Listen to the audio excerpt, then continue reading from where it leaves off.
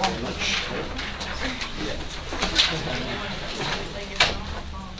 Okay, well, welcome back. We had a good break. One announcement. So on Tuesday, tomorrow, we have a guest speaker for the department. He's at the University of Minnesota now, and it's talking on implementing and tuning the Atlantis model for Icelandic waters.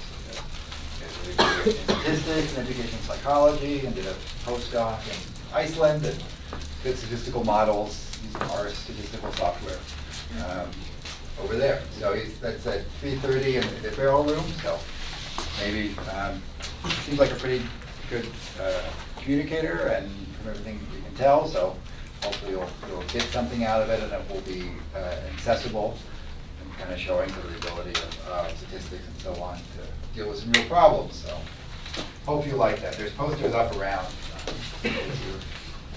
But today we're going to talk about the binomial random variable, this specific discrete random variable, discrete counts on integers, 0 through n, and talk about the motivation for it, figure out a special case, figure out the probability formulas for it, the general formula, and then see how it gets implemented in R for graphs and so on. Right?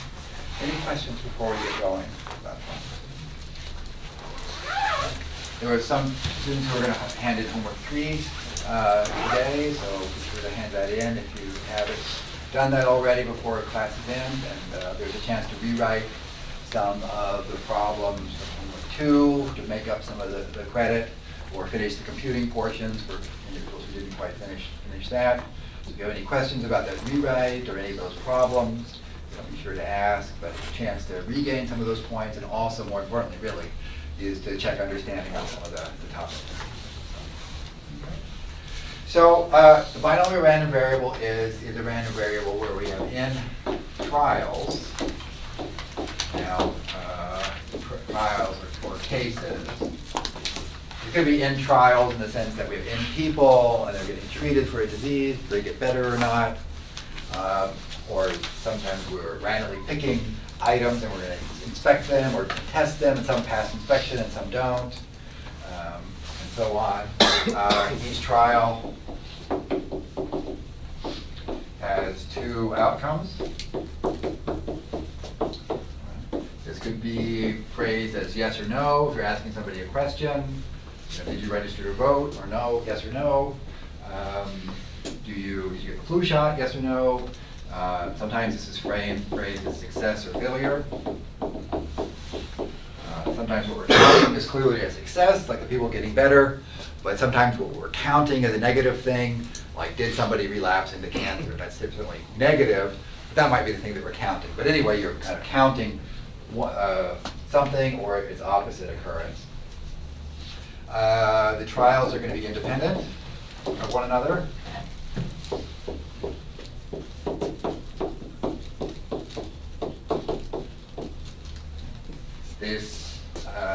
So you're taking randomly selected people, and the people are not related to one another, or you're taking different children and testing them, but the score is not a group project or something like that. In medical studies, this comes up if you're dealing with twins or families that might have some relationships to one another. So, but they're independent of each other. And the random variable is you take the number of success, yes or success, depending on how you're phrasing it, out of n. One other thing, that the probability of yes or success, right, on each trial is some constant probability p. So everything has the same probability of success. You're not distinguishing the individuals in your sample based on some other characteristics. But within that group that's homogeneous, there's a certain probability of success, and you're randomly picking them. And if this is going to have a binomial random variable, we're going to count the number of successes. So if we're doing n trials and counting the number of successes, what's the possible range of values we can see?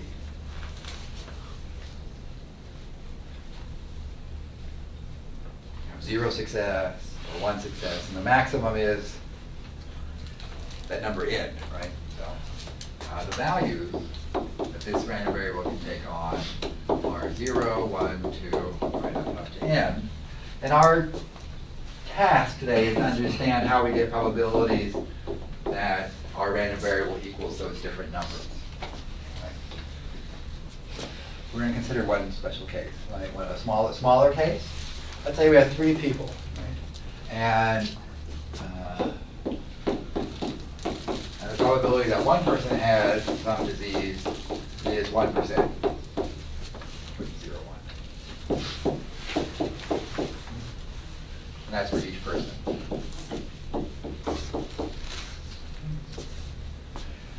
And so we're going to count 3 people come in, the chance of 1%. What's the chance that nobody in this population has the disease?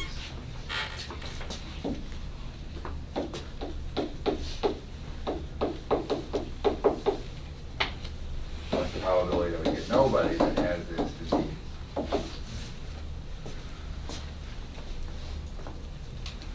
Well, for a single person, what's the probability they don't have the disease? 99%. Disease, probability, no disease. 0.99, 1 minus that. So now we have 3 people. What's the chance that all 3 of them don't have the disease? Yes? 97%. That's not a bad idea, but that would be taking 3%, 3 times this, right? And then subtracting. The thing is that each person independently can either have or not have the disease. So another way of saying that it's x equals 0 is saying that if we had 3 people, no for the first person, no disease for the second, third. It's kind of 3 separate things.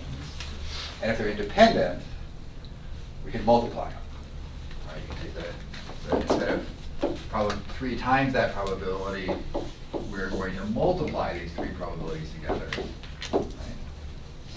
So now what is it going to be? Or you can just tell me the formula and I can give you the number. So you put 0.99 in for each of these, right? Yeah. So 0.99 cubed, and that turns out to be, yeah, give your calculator, you can calculate it, but 0, no disease is there it is, 970299. It's about 97%, right? But it's not calculated by taking 3 times 1% and subtracting it, but it's pretty close to that number. What's the chance that 1 in 3 have the disease? Right? It's the probability that x equals 1. What sequences can we have such that 1 person has the disease? Yeah. It's 1% times 99% times 99%. We're going to have something like that, right? So if we have yes, no, no,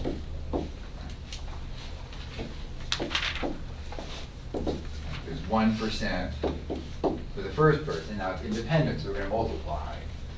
And then 0.99 squared. That's 0.0099801. But is that the only way we can have 1 person? Right? What else is there? Now like no, yes, no. Mm-hmm. And then no, no, yes. Yeah, you could have it no, yes, no, no, no, yes, keeping track of those things. Those 3 things are the ways that we can get that, and we're going to actually add those 3 together to get the probability of 1. Right? So we're going to actually have 3 times that probability, because for each of these things, there's 1 yes and 2 no's, so we would get those probabilities together. So it's actually 3 times this, which is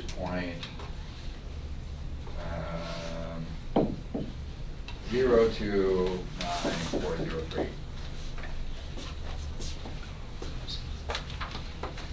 Right? So that's the chance of 1. How about the chance of 2? 2 and 3.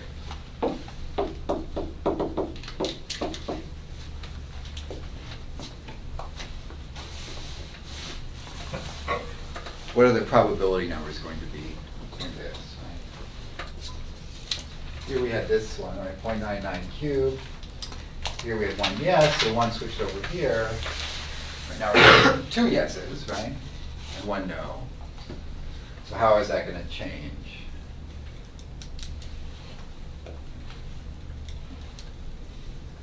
It'll be 1% squared times 99%. Yeah, so you have 1% squared times 0.99. How many ways can we have 2 and 1 again? There's 3 ways. Yes, yes, no. Yes, no, yes. No, yes, yes. Yeah, we have 3 ways you can do that. We have to pick one of those people, we know, and the other 2 are yes. Or you can think about picking 2 yeses and the other one's no. So there's 3. So we get 3 times that. So that's getting smaller, that probability. It's 0.000297. So small, there's 1% for each one. So it's pretty rare. 0.01, 0.01 is a pretty small number. And then 3. What? Yeah, so all 3 of them is x equals 3. That's just the probability. Yes, yes, yes. 0.01 cubed. There's only one way that can happen. 0.000001. You'd be really surprised if 3 people showed up. We might think it's not really independent. What's the probability of at least 1?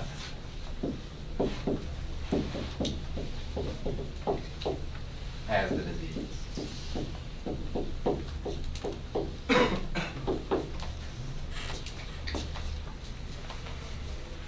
Whenever anything's like at least 1, you often can think about 1 minus the probabilities.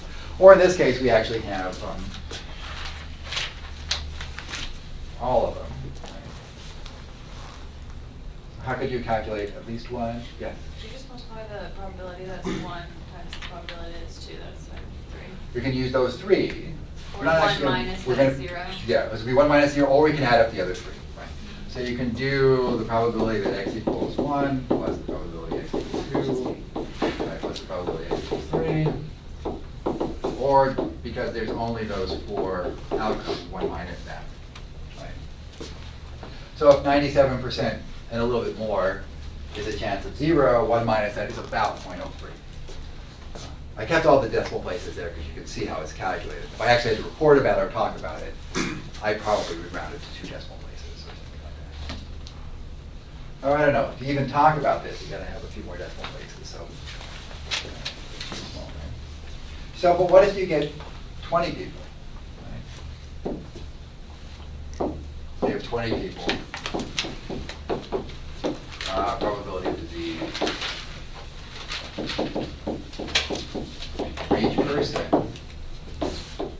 1%. And these people are independent of one another. Again, if they're in households or there's these contagious diseases, then things might not be completely independent, and so, yeah. Can you go back to the other one real quick? Yeah, sure. At the bottom, please. So at least 1 has disease. You can add up those 3 probabilities, you take 1 minus. This is 1 minus 0.97 something. 9702. 0299. So about 0.02997, rounding a little bit. About a little bit less than 3% of the others.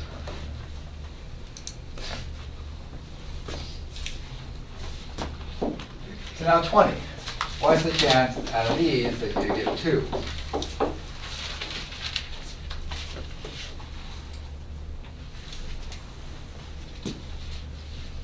I'm going to change it to chance you have 3. That's what I have in my notes.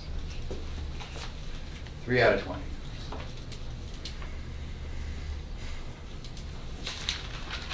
So if there's 3 yes,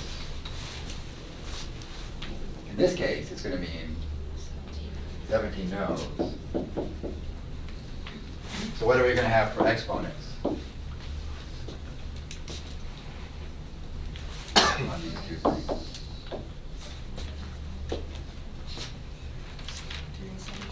one's gonna be cubed, and then 0.99 is gonna be to the 17th. So there's 3 yeses, yes, yes, yes, right? And then there's 17 no's, a bunch of no's, right, that are there. And they contribute those probabilities, but we need some count out here. How many different ways could you get those 3 out of 20, right? And that's something called combination. And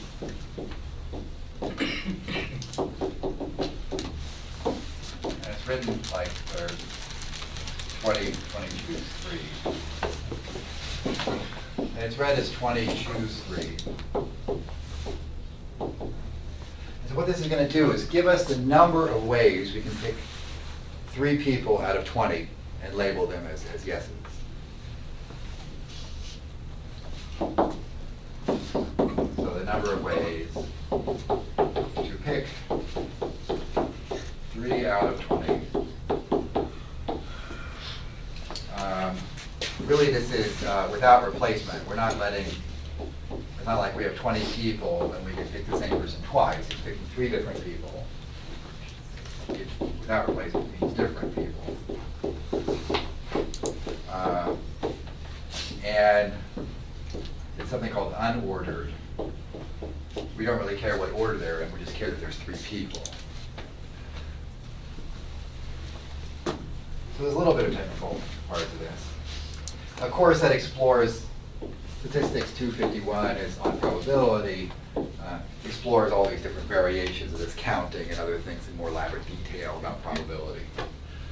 One part of it is this combination. So the way that this formula works is, one way to figure this out is you could take 20 choices for the first person, okay? And then 19 for the second, and then 18 for the third. So you have 20 people, and you have to put yes down 3 different times. But we don't really care what order we put these people in. Right? We choose the first, the 9th, and the 2nd. We don't care if it was that order or if we chose in a different sequence. This is actually too much. It's allowing some of these things to enter in more than one way. The way to adjust for that is any of those 3 we picked could have been our first selection, or our second selection, or our first. There's actually 6 ways to take 3 numbers and mix them up. Right? If you have 3 people, you can put them in 6 different orders. And this will give the number of ways of picking all that. This is actually 1,140. You either have this computational formula that actually try to arrange it and figure it out, right? With 1 out of 3 or 2 out of 3, we can list them all, but we don't want to do much more than that. Right? So this number here is this 20 choose 3, which is 1140, and the probability becomes it's small, 0.00096095552. If you really want to calculate all the way out, right? But it's about, a little bit less than 1/10%.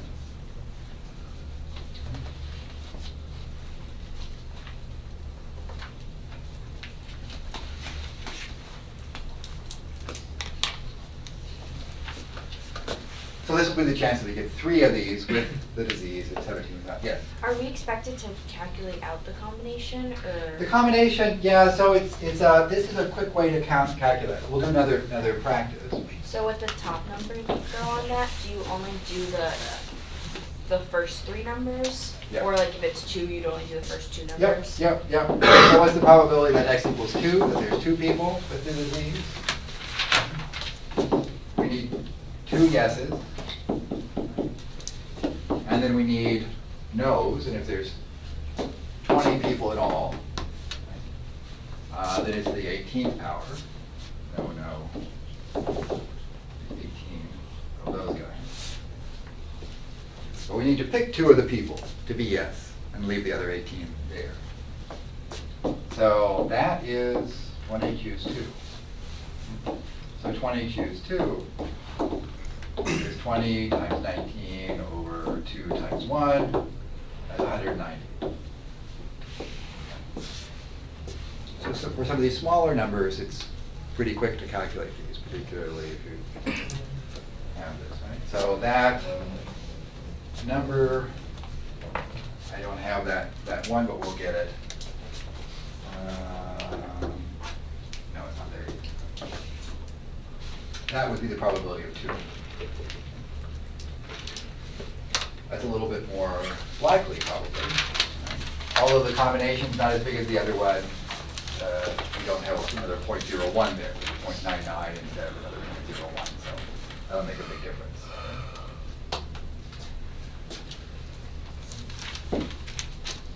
We can write down a general formula for binomial probabilities.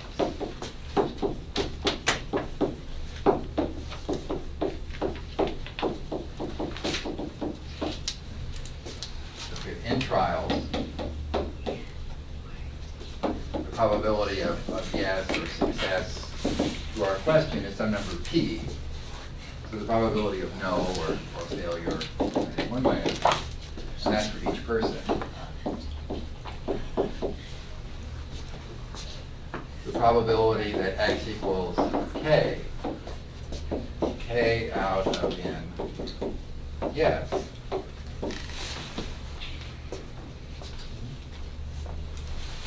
K yeses, how many no's? Whatever n is, whatever k is, right? N minus k, no's.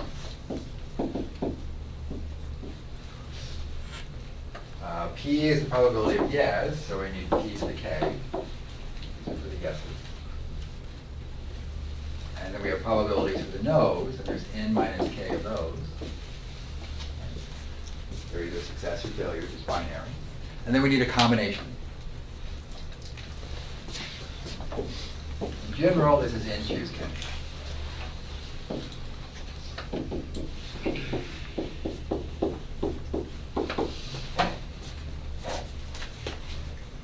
So if we calculate that combination and put those probabilities, that's the probabilities. And this works for all the possible cases, k going 0, 1, 2, and up to n. With the idea that n choose 0 or n choose n are both 1. In that example with 3, there's only one way they can all be yes, all yeses, right? Just a string of yeses.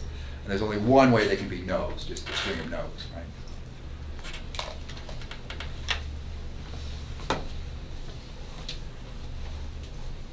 So now if we have any binomial random variable, like any experiment where you're doing the same thing over and over, right? Or asking the same question over and over, and there's a constant probability and it's success, and you're counting, these will give you the probabilities. So you're testing computer components, and they fail independently with a constant probability.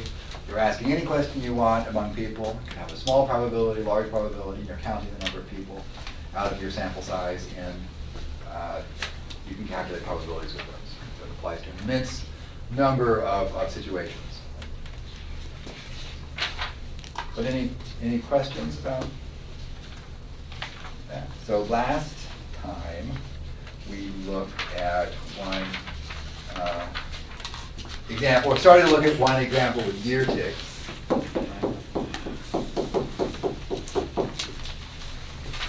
And so we had 10 ticks, and the probability that a tick had Lyme disease was 0.033, and we assume that these are independent samples.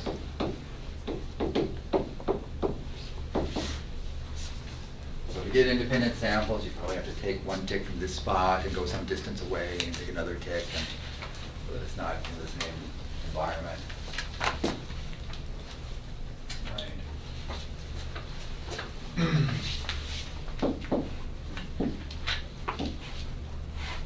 And so we're asking, in our sample, what's the chance that we get 0 ticks that have Lyme disease? Or what's the chance that we get 1, or a chance that we get 2, etc., or 3? We could get all the way up to 10, but after a point it becomes quite small.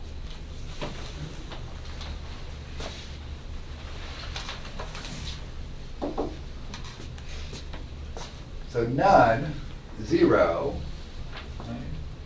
You always want to think about, so not Lyme, they don't have that Lyme disease. So the chance you don't have the Lyme disease, 0.967 to the 10th. Or in our formula, right, n choose 0, 10 choose 0. There's 0.033 to the 0 and 0.967 to the 10th. 10 choose 0 is 1. Anything raised to the 0 power is 1. So this one just becomes this 0.967 to the 10th. How about the chance that you get 1 tick out of 10?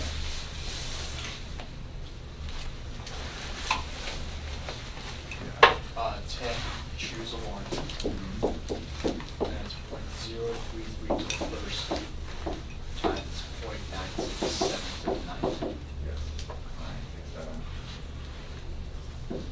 Right, so 9. What's 10 choose 1? Just check with 1. It's 10 over 1. And so you think about how many ways can you choose one person out of 10? 10, right? Choose one of these, you get 10. Just like if we had 3, it was 3. So that is 10 over 1 or 4 over 10. X choose 2, or x equals 2, 2 ticks. Right, it becomes 0.033 squared, 0.96738. We need 2 of those nasty little things to have Lyme disease. What's 10 choose 2? 10 divided by 2 and 5? Uh, Or no? You gotta take the top 2 numbers, Oh, 10 times 9. 10 times 9. Oh. 10 times 2. 45. Yeah, it was 45. Yeah.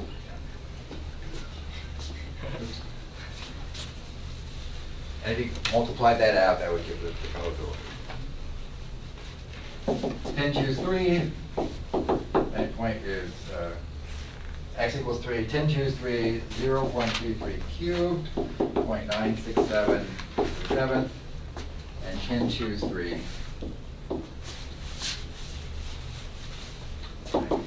10 times 9 is 8. Over 3 times 1 is, that's 720, and that's 6. So it's 120 is the number of combinations there. Now, how about x equals 7?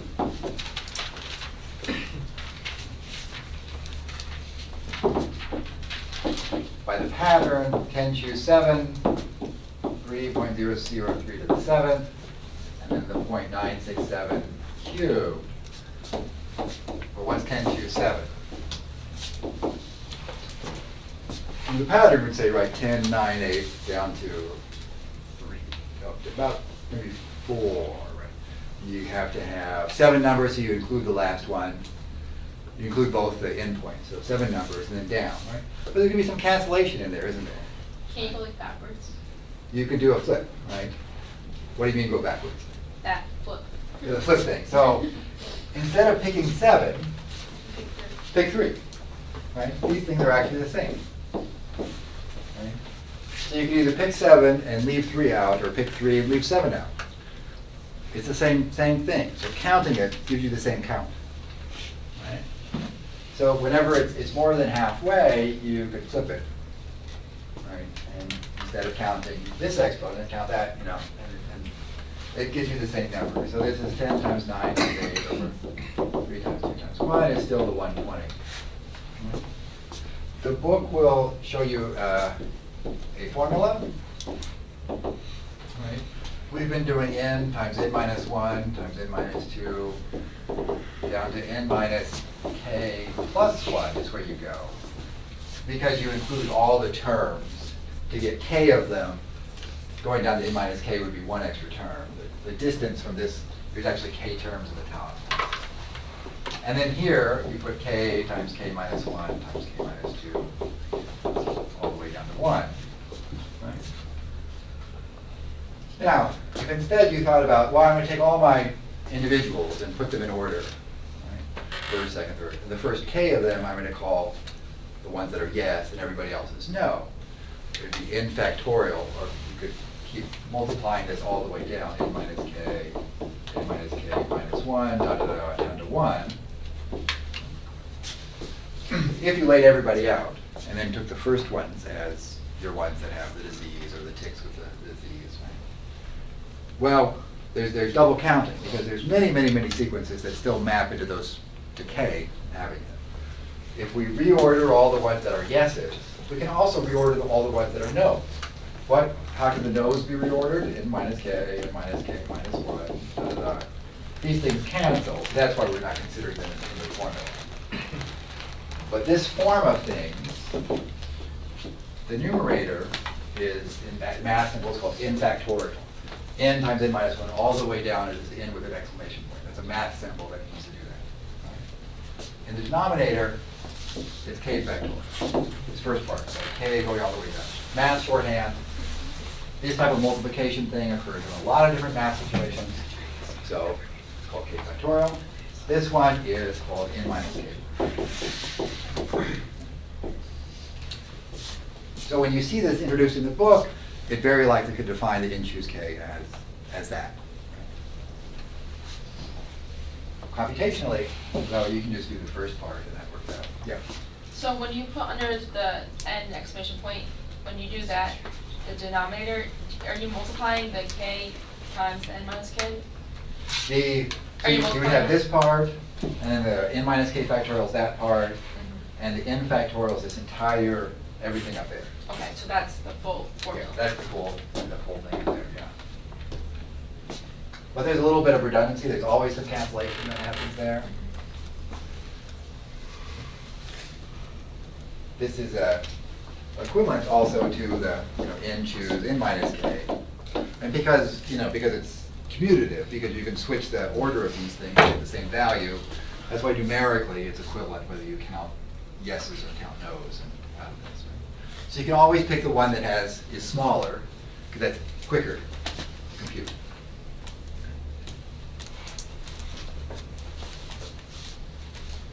Okay.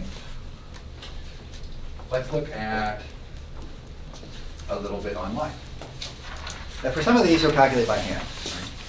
And know these formulas. It's not that big of a formula, and if you practice it a few times, you can do it. But there are, binomial distribution is built into our R statistical program, and we can do calculations for that. So in this tick example with n equals 10 and p equals 0.033, I'm going to make a couple assignments here. When I'm using the same number over and over again for something, I kind of like to assign it to a variable name, because then I can just reference that, and it's easier to type n or p and remember what they are than to keep typing 0.033. It also means that if I want to change it to 0.066, I just change p and then rerun the same code. I don't have to change every instance of 0.033. So if I just do that and press run, in this environment now, here's my number 10. So n is the number 10. And p is my symbol that means it's 0.33. Choose, elf of choose, is there's special functions of mathematics. Here is this one, in choose k. In objects, how many ways can you choose k? The built-in function. So choose 10, 2 gave us 45. Right? 10 times 9 divided by 2 times 1 is our value of 45. In choose 0 is, I got the whole thing there, right? But wrong place.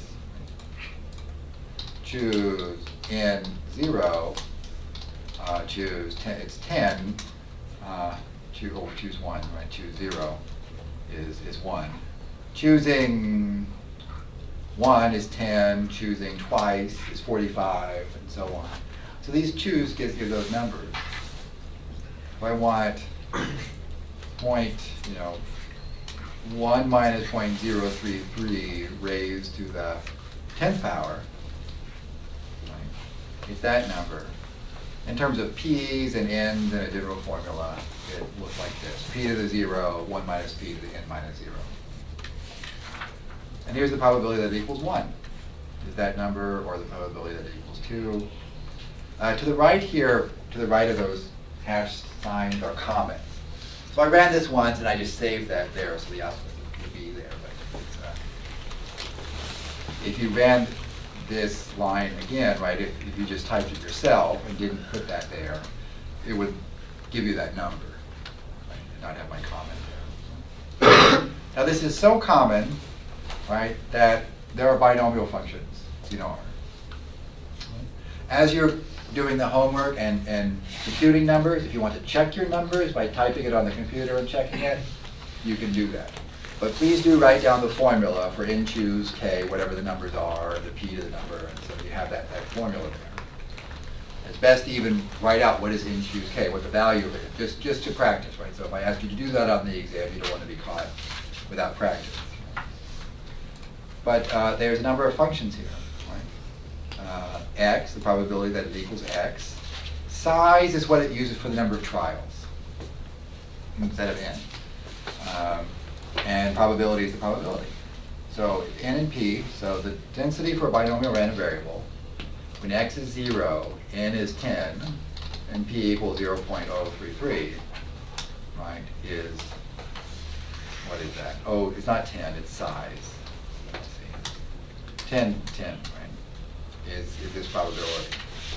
But I've named n as my 10 and p is my, so I can just type this one. So there's that probability. Here's the probability of 1, probability of 2, probability of 3, and so on. To make it a little faster even, you can give vectors, 0 through 3. That's 0, 3, r gives you 0, 1, 2, 3. With all of that for x, it'll calculate separately the probability of 0, 1, 2, and 3. Right? So this one does all these probabilities. Probability of 0, probability of 1, probability of 2, and so on. Now that's a lot of decimal places. There's a round function where you can give it a number of digits equal to 4. It knows that the next thing that's coming there is digits, so you don't necessarily have to tell it it's digits, but that's what it is. There's also a help with that function if you ever wanted to look at it for any reason. I just think about round. In R, you can actually take the lower integer is the floor, the integer above is the ceiling, or you can round it according to 0.5. So in any case, if you add up those probabilities, the probability that you're at 0, 1, 2, or 3, right, is about almost 1. Out of the 10 ticks, the chance that you get more than 3 is really small, right? So 1 minus that is the probability that you would get 4 through 10 ticks that have that disease, right? You can do all of them, right? Here's the 10 probabilities. If I run this one, it gives me probabilities of 0, 1, 2, 3, 4, 5, 6, 7, 8, 9, and 10. And after a while, it becomes quite small. They're not actually 0, but they're 0 to that many decimal places. If you do it 0.66, the virtue of naming that thing p is I can change the value of p and basically use the same code. I don't have to go through every place that I had 0.033 and retype it. I just change it here and copy the code, and then I get the new probabilities, right, for these things. Another way to look at this is to plot it. So plot has some x values and then some y values. And I've given it some nice labels there. But that plot, make it bigger, right, shows you the probabilities of 0, 1, 2, 3, 4, 5, up to 10 of these. This distribution is pretty skewed. Right? Most of the time you can get 0, 1, or 2, or something like that. You can add things to it. I'm going to add some points to it. But now for a new binomial, right? With, say you had an area that had twice the rate of infection among ticks. What would you be likely to see? So if you run that whole thing there, right? That's how the probabilities change, right? So a little bit less at 0, a little bit more at 1, a little more at 2, and actually a little bit more at all the rest, but you just can't quite see it in that graph. if it was really bad and you had a place with 20% infection, the chance of 0 ticks out of 10 when there's a 20% infection is pretty low. Or 1 or 2 or 3. Those are pretty much clearly low. So you get this shifting picture of where the likely outcomes are, depending on it. It's just a few commands in R. Now, sometimes you might want to experiment. Eventually we're going to do hypothesis tests and confidence intervals and lots of random data. Here, under help, we can click back here to toggle between plots and help. You can go back and forth between these things that you've done help on too. There is other things. There's a random binomial. In this one, n is the number of random numbers you want to get that come from a binomial. So 10 ticks, how many sets of 10 do you want? If you do random, if I type it up, random binomial, let's say we want 10 sets of 10. Well, let's do 20 sets of 10. Right? And now 10 ticks, probability 0.33 each. Right? I get 20 random numbers. Most of the time it's zeros and ones. Well, if I did it again, I might get some 2s. It takes me a while. It's pretty unlikely to get any besides that. But each of these numbers is the number of ticks out of 10 that had the disease. Actually, you can tabulate that. So let's do it. Let's do it a whole bunch of times. Oops, forgot one more. So if I did it 200,000 times, 200,000 sets of 10. I would get 143,000 times, I got 0. 48,000 some, I got 1. 37 out of 200,000, I actually got 4. But getting 5 or more would probably alarm you. Right? Oh my goodness, it's really not independent. They take them all from one nest or something, or. Right. So you could experiment with those things. But any questions? So in the homework, you can use the computer to see some of the answers, and as you do a little bit of computation there, or maybe a graph. If I did the table function, would it be like under like the plots tab you can see here, or is that just? The table is just this tabulation of numbers here. Right? It doesn't show up in the plots. The plots are graphs, like this. It's really a scatter plot of x versus the probabilities. Yeah. And if you do this, you have to save this. When we close out of this console work goes away. So I would need to write down these numbers. If the answer was tabulate, you could write down those numbers. You can also highlight that, copy it, and paste it into something. 2 other descriptions to do. So if x is a binomial random variable with parameters n and p, in trial, probability of p success, there's an average value of x that we expect. The expected value of x. This is the average value on the random variables out of those 200,000 trials. What average do we expect? For the binomial, it just ends up being the number of trials times the probability on each one.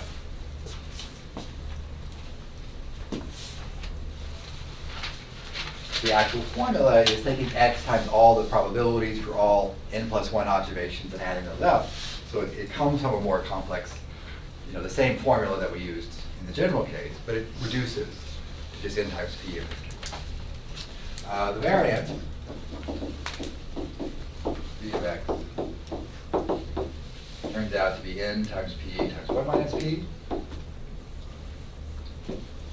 And then the standard deviation of x that puts things back on the regular scale is n times p times 1 minus p.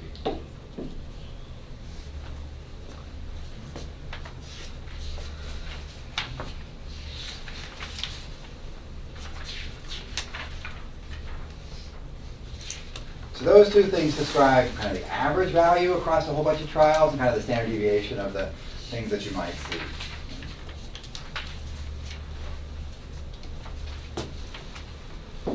let's say we're looking at 18 homes.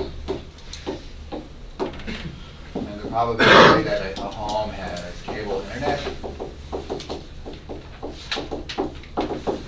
90% in a certain area, pretty high. Maybe that's the only way people get internet, so it's pretty high. What do we expect? How many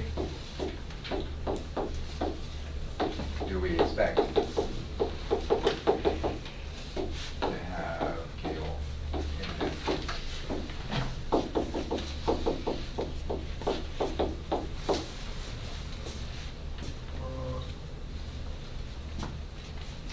So it is binomial, right?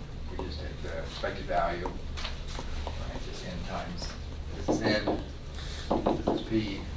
We should just take n times p, 18 times 0.9, 16.2.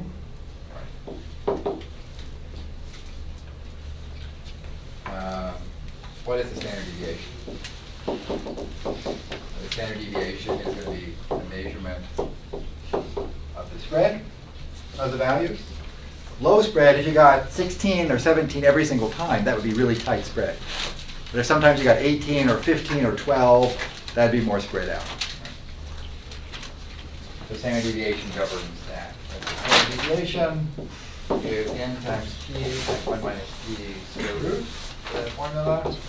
So 18.9, 0.1 square root ends up being 1.27. So 16.2 homes and 1.27 homes. On the other hand, 18, maybe that's what you're doing for a little pilot survey, right? Will people answer the door? Will they answer your questions? Do they understand your questions? Does your computer application, your handheld thing that you're going to ask, does it work? Right? So you make your pilot study. But the main study maybe is 1,800 homes. Out of the 1,800 homes, how many do we expect to have cable internet?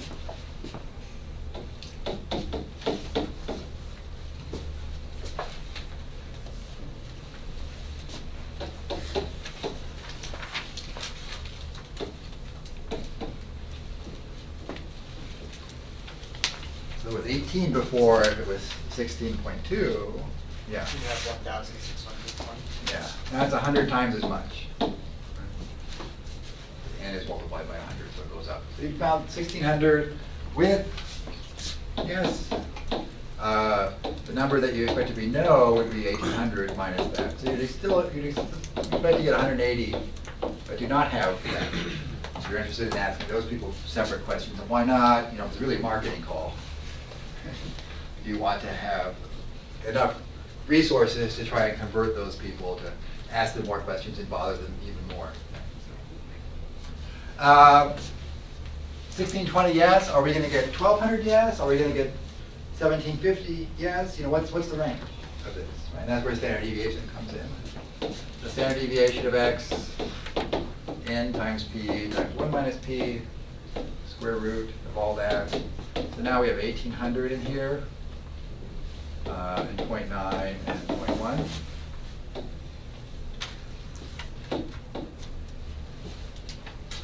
Even though we multiplied the sample by 100, because of that square root in here, this one just gets multiplied by 10.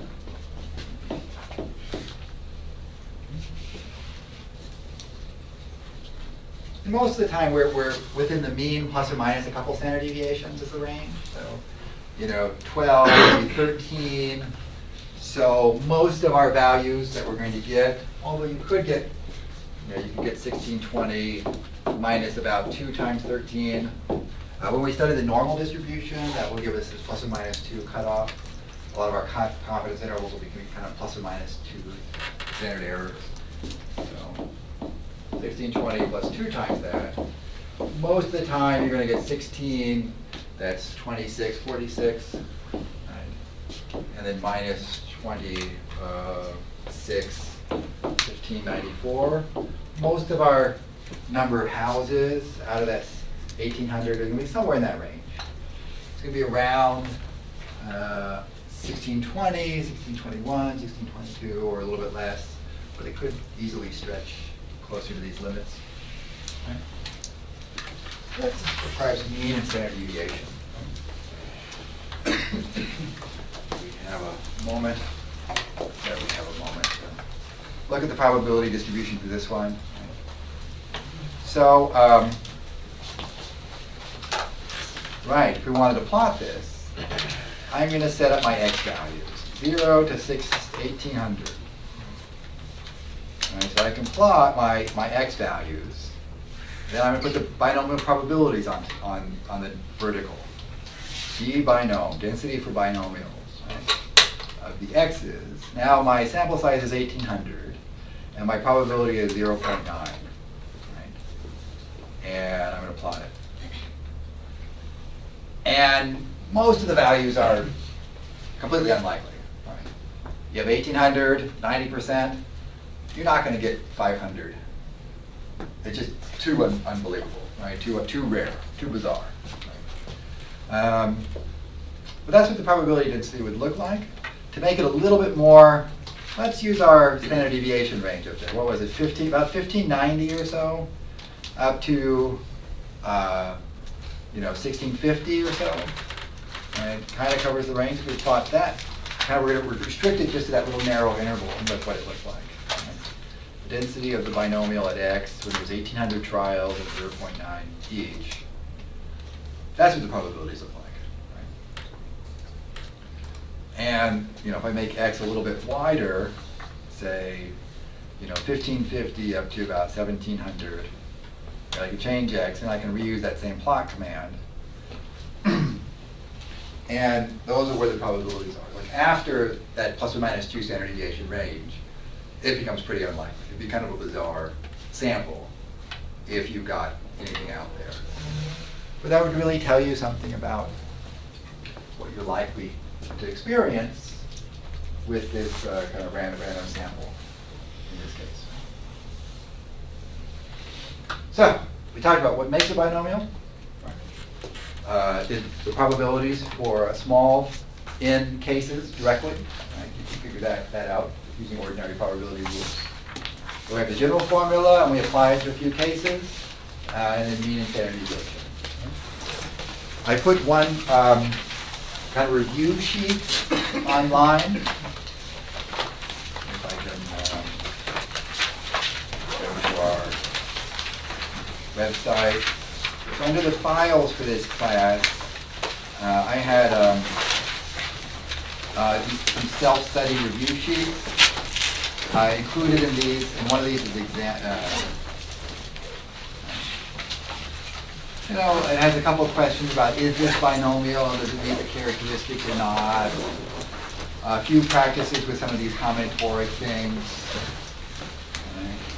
and then a few questions about some computations. Those are reasonable things to study. And then there's a version on here that has a few solutions.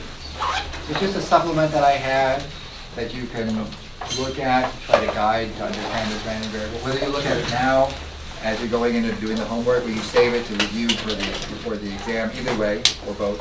So it's just something that I had available that seems to concisely summarize what you need to know for that. So. Okay. Thank you. If anybody else has homework 3, if there's a few more, then feel free to drop them.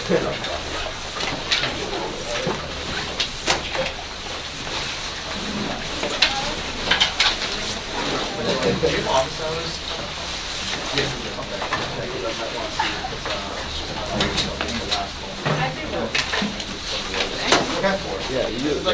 You know it too. Low key. I'll take it out, combine it with it, just in case I have a question about reading. Have a good one. Thank you.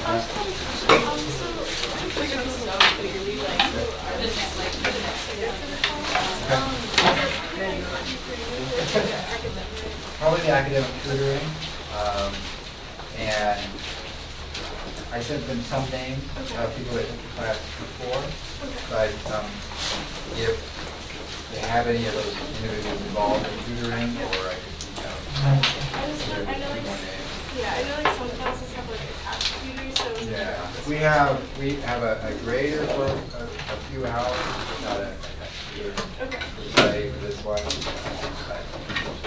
It would be nice if we did, but, I'll send them the list if you have If people take the probability class, or some other higher level, higher level classes, they might also be good too. Most of them know anyway, the probability. Okay, yeah, sure. But, you know, it's also writing me and arranging some other time to come by for office hours. Okay. If you want an extra bit of time for any problems. Okay, thank you. Yep.